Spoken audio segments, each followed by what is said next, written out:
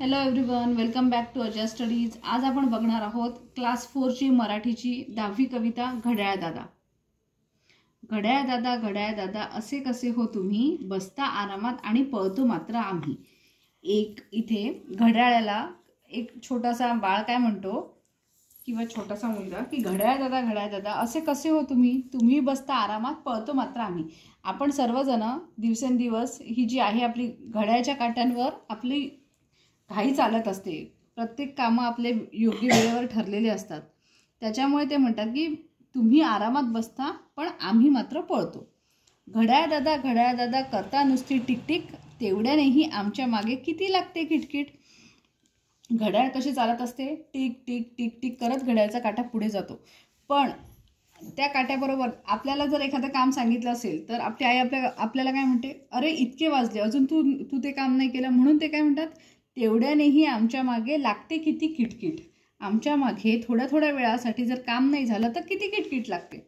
घड्याळ दादा भारीच तुम्ही चालू, आम्हीच रात्री बंद पडतो तुम्ही मात्र चालू। तो काय म्हणतो घड्याळ दादाला, तुम्ही खूप भारी आहात, आम्ही तरी रात्री सर्वजण झोपतो, बंद पडणे म्हणजे आपण झोपतो, पण तुम्ही मात्र दिवस रात्र चालूच असता। घड्याळ दादा तुम्ही नसता तर कधीच नसतो गेलो आम्ही शाळेत वेळेवर।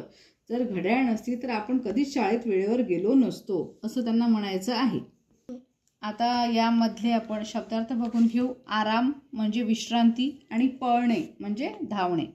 काही विरुद्धार्थी शब्द दिलेले आहेत। रात्र विरुद्ध दिवस, बंद विरुद्ध चालू, मागे विरुद्ध पुढे। आता काही रिकाम्या जागा आहेत ते बघून घेऊ। बसता आरामात आणि पळतो मात्र आम्ही।